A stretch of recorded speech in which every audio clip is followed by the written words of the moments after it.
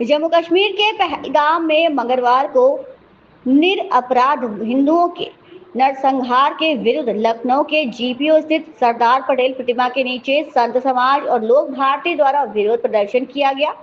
इस अवसर पर भारी संख्या में उपस्थित संत एवं नागरिक समाज ने पाकिस्तान और उसके पालतू आतंकी गिरोहों द्वारा अंजाम दिए गए कायराना हमले की जमकर विरोध किया। वक्ताओं ने एक सुर में भारत सरकार से मांग की कि इस बार पाकिस्तान के विरुद्ध ऐसी निर्णायक कार्रवाई की जाए जिसे उसकी पीढ़ियां याद रखे।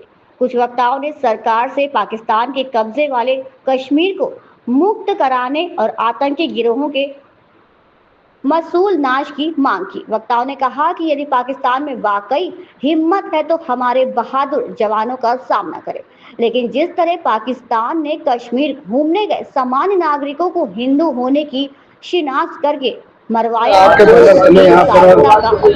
किया जा रहा है, क्या मुख्य विषय है?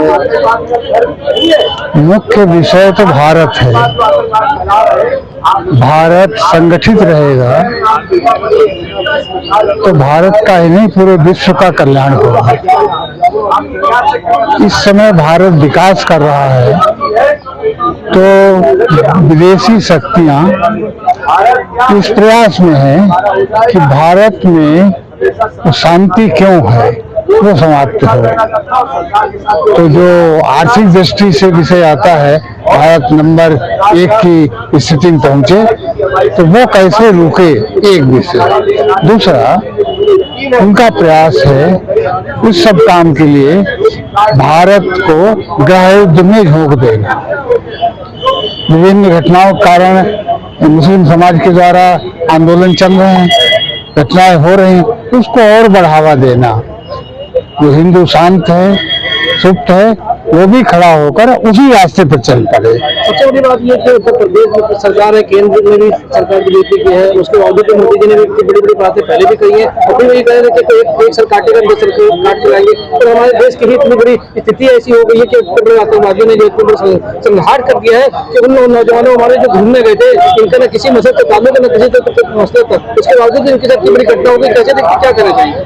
हाँ, उनके साथ जो घटनाएं हो गई हैं वो तो चाहते ही हैं कि जो हर स्थान पर वैसी स्थिति हिंदुओं के द्वारा भी बने, और हिंदुओं के द्वारा बने माने गृह युद्ध पैदा हो रहे। तो हमारा काम गृह युद्ध करना नहीं है, गृह शुद्ध करना है, अपने देश को शुद्ध करना है जिससे घटनाएं ना हो। तो उसके लिए भारत में भी काम करना पड़ेगा और भारत से बाहर जो शक्तियां काम कर रही हैं या उनकी समर्थक जो शक्तियां हैं उनको भी शुद्ध करना है, उनको भी उस लाइन पर लाना है, उसके लिए काम करना है।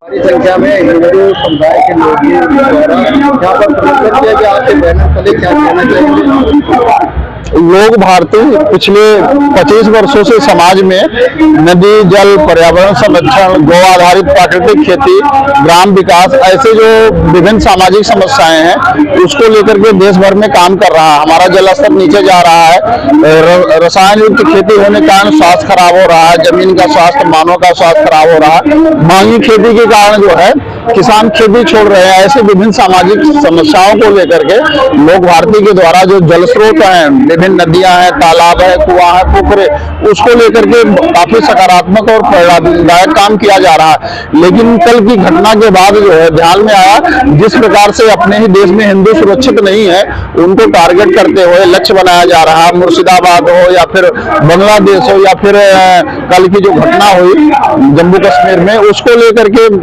हिंदू समाज में पूरा जन आक्रोश है।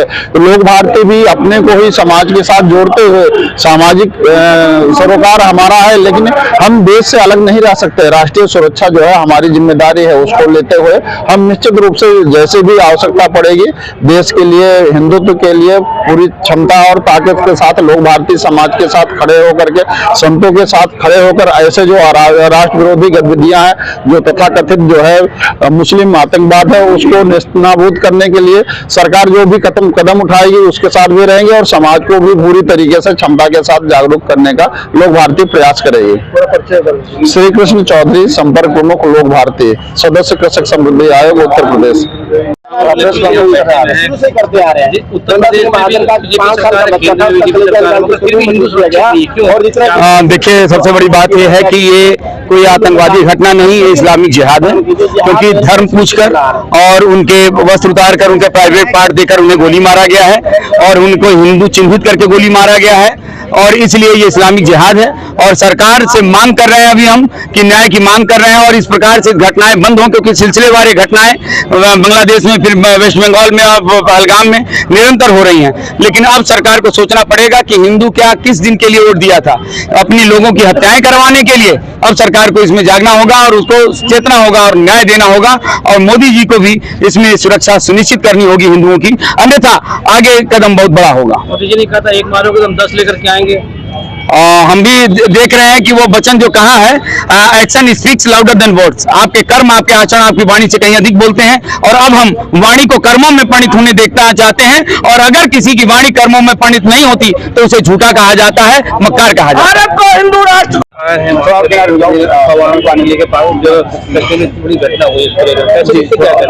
ये बहुत ही दुखद घटना है, आतंकी घटना नहीं कह सकते इसे, ये इस्लामिक जिहाद है। देखो, उनको पैंटे उतार उतार के देखा गया हिंदू है या मुस्लिम है, क्या देखा गया सिख है, लेकिन उन्होंने देखा सब हिंदू को चुन चुन के गोली मारेगी, तो ये इस्लामिक जिहाद है। देखिए, बांग्लादेश में ये चुन चुन के मारा गया, बंगाल में भी जो हिंदू के घर थे उनको चिन्हित करेगा, रंग लगा के फिर उनको आग लगाएगी, घर से निकल के मारा गया। बहुत ही दुखद घटना है, इसके विरोध में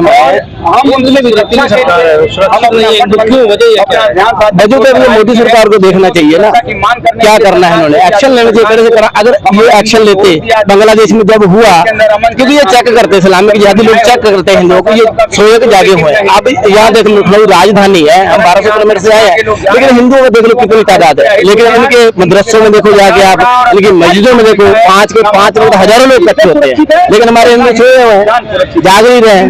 लेकिन हमारे तो खून में है, हमने हमारे तो गुरु साहिबानों ने सनातन के लिए बलिदान दिया, तो हम भी उन्हीं के बच्चे हैं, हम तो सनातन के लिए खड़े हैं। अगर मोदी सरकार कुछ नहीं करेगी तो हमारी सिख जैसे बंदी बहुत बड़ा है, तो हम सड़कों पर उतरेंगे। जी, मेरा नाम भजन सिंह है, नैन सिंह जैसे बंदी, जी पंजाब से।